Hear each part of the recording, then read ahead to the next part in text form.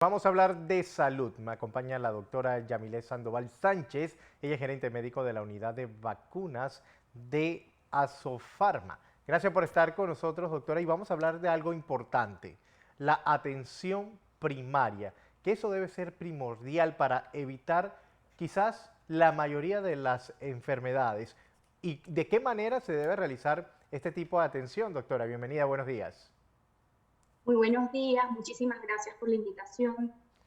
Tal como lo mencionas, fortalecer la atención primaria, aprovechar nuevas tecnologías de salud, son aspectos claves para poder mejorar de manera acelerada, ¿no?, esta recuperación y preparación ante pandemias, así como reducir brechas de acceso a salud y reducir las desigualdades. Y esto fue algo que pudimos vivir en carne propia durante la pandemia por COVID-19. Nuestra región mostró cómo luchó de manera, yo digo que estoica, por mantener a flote estos programas, no solamente los programas de inmunización, sino también los programas de atención primaria, muchos, por ejemplo, como los programas de los pacientes con cáncer, programas para pacientes con hipertensión, enfermedad renal, que aquí en Panamá claramente son programas que tienen muchísimo impacto a nivel de la población, pero que sabemos que fueron drásticamente, ¿no?, tocados por este tema de la pandemia. Y de ahí la importancia de nosotros como profesionales de la salud, y así como el resto de la población, la sociedad civil, los medios de comunicación y tal, en educar y en promover que se generen estos espacios para que la población acuda a los centros de salud y pregunte qué puedo hacer para ponerme al día en términos de seguimiento de las condiciones crónicas que tengan, ¿no? Doctora Sandoval, de las principales afectaciones crónicas que presenta la población panameña, ¿cuáles son las que más están puntuándose en este momento? Mira, esa es una excelente pregunta. Cuando nosotros hacemos un análisis de la enfermedad renal, eso está liderando las enfermedades cardiovasculares, la obesidad también. Este es un problema de salud pública, no solamente en Panamá, sino a nivel de la región. Y no estamos hablando en pacientes adultos, son condiciones que también afectan a nuestros niños, ¿no?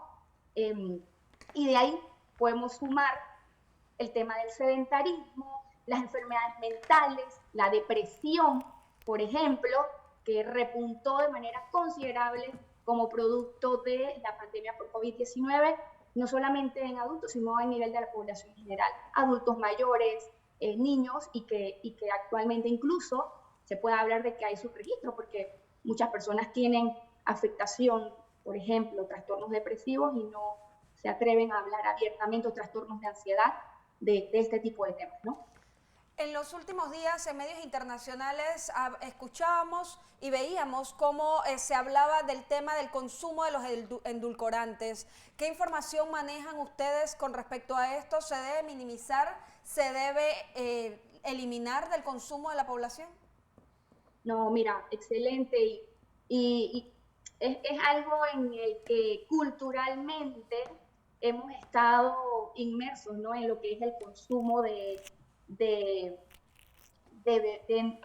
de endulcorantes, de bebidas endulzadas y demás. Eh, Hay datos bastante interesantes, y esto es de una publicación de la Organización Mundial de la Salud, donde se listaban algunos de ellos.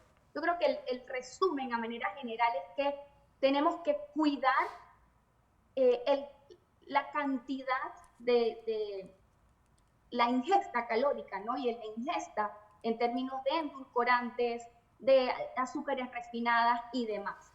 Yo pienso que en la medida que nosotros empecemos a poner especial atención en la composición de los alimentos que nosotros tenemos, en el tipo de sustancias con el cual se endulzan estas bebidas, y disminuyamos a su vez el consumo de las mismas y las empecemos a reemplazar. Por ejemplo, si voy a pedir un jugo, clásica acá, la chicha de naranja, pues la puedo pedir sin azúcar, porque ya de salida la naranja tiene, ¿sí?, como parte de sus componentes, o ya tiene algo de, vamos a decir, de azúcares, que no necesariamente nosotros tendríamos que añadirle ¿sabes?, las 5 bolsitas de azúcar morena o de azúcar refinada. O algún endulcorante extra, por ejemplo, o reemplazar las famosas bebidas carbonatadas por agua. Y más en estos días que realmente los índices de calor y la humedad y todo lo demás, pues definitivamente hacen que nos debamos estar hidratando mejor y de manera mucho más eficiente.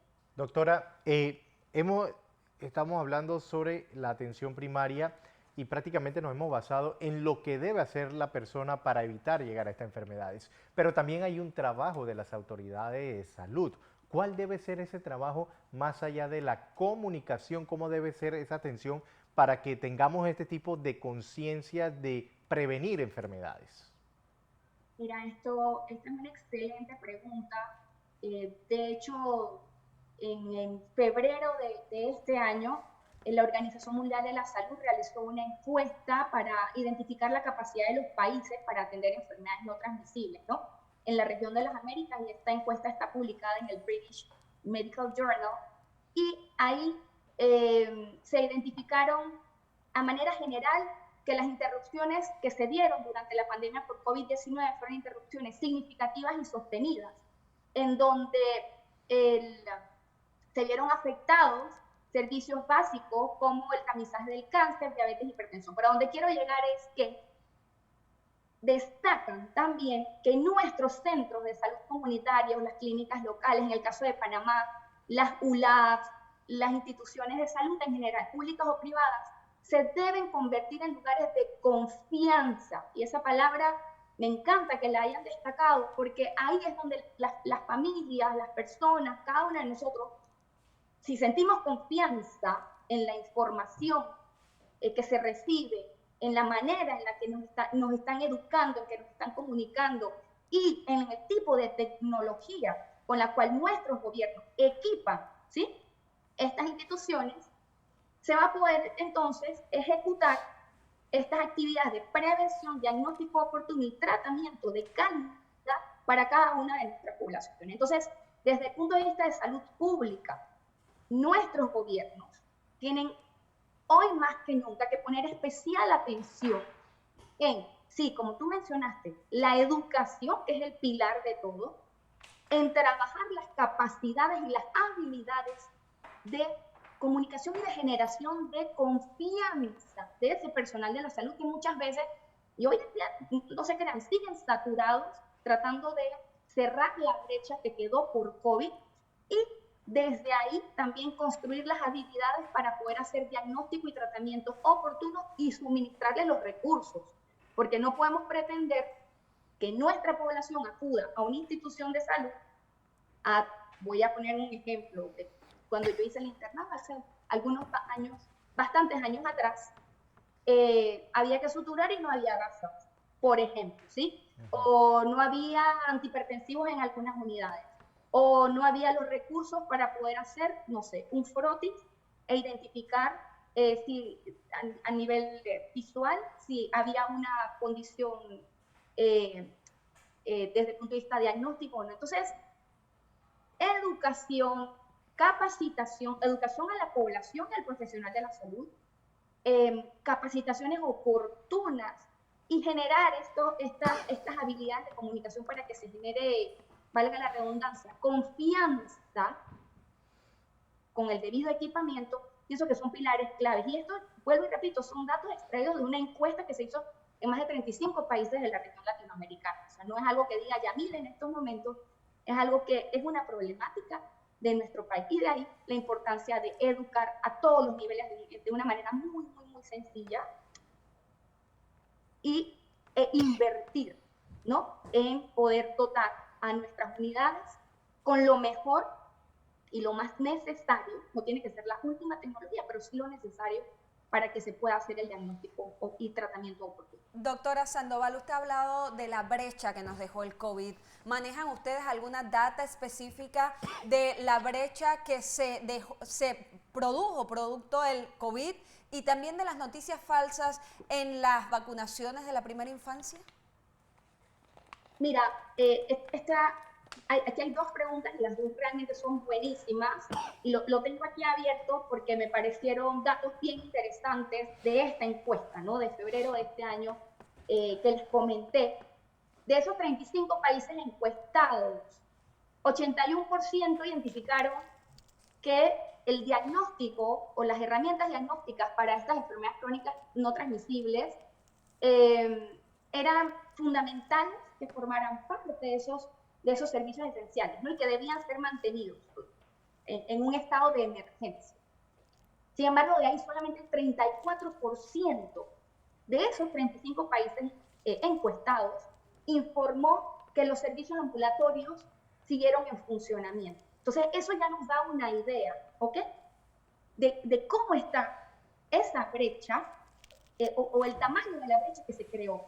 Y más del 90% informó interrupciones en esa prestación de los servicios. Entonces, estos son datos realmente alarmantes, porque si nosotros consideramos que durante el tiempo de la pandemia, más del 90% informó interrupciones en la prestación de esos servicios esenciales de salud, que incluye lo que es el tamizaje de cáncer y la gestión de diabetes e hipertensión, que son afecciones que les mencionaba hace unos minutos atrás, que están en el ranking, en el top 5 de las principales afecciones a nivel de nuestros países.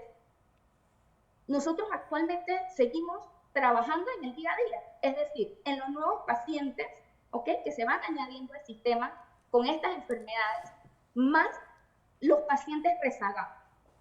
Y súmale a eso lo que lo comentabas hace unos minutos de las inmunizaciones y la brecha que hay también y los atrasos que hay en la puesta al día, en esas oportunidades perdidas que seguimos teniendo, no solamente de COVID, ¿ok? No solamente cuando hablamos de COVID, sino también en todo lo que es la serie primaria, la aplicación de refuerzos y demás, en niños y en adultos, teniendo países que actualmente cuentan con cobertura, por ejemplo, para COVID, serie primaria en niños entre 6 meses a 5 años, te estoy hablando de una primera dosis por debajo de un 30%, segunda dosis menos del 5% y la tercera, pues eso ni existe, o que tienen históricamente coberturas de inmunización que rondaban arriba del 90% y que hoy en día están en un 60%, por ponerte algunos ejemplos, ¿no?, dependiendo de la lista. Entonces, donde quiero llegar es, hoy más que nunca, nosotros como organizaciones,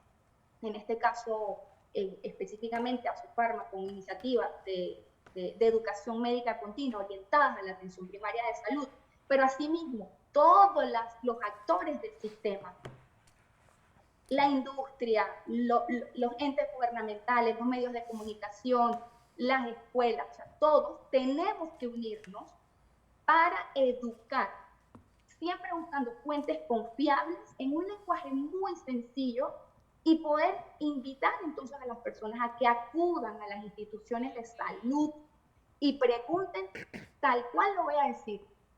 Aquí, quiero saber qué vacuna me hace falta. Quiero hacerme mis exámenes de rutina. O sea, quiero atenderme, o sea, quiero hacerme mi chequeo anual, ¿sí? Eso no es algo que dependa de los gobiernos. Eso es una decisión individual que afecta al colectivo. Entonces, realmente yo creo que uno de los puntos más importantes aquí es que cada uno de nosotros, y más después de haber vivido un estado de emergencia mundial, como la pandemia por COVID-19, tenemos que responsabilizarnos en nuestra salud y tenemos que acudir a las unidades ejecutoras para ponernos al día desde la perspectiva de prevención, ¿no?, que es lo que se busca cuando hablamos de atención primaria en salud. Doctora Sandoval, gracias por estar con nosotros hablando sobre este importante tema, sobre la prevención de la salud en su sistema de atención primaria para evitar estas enfermedades. Que pase excelente día, doctora. Gracias.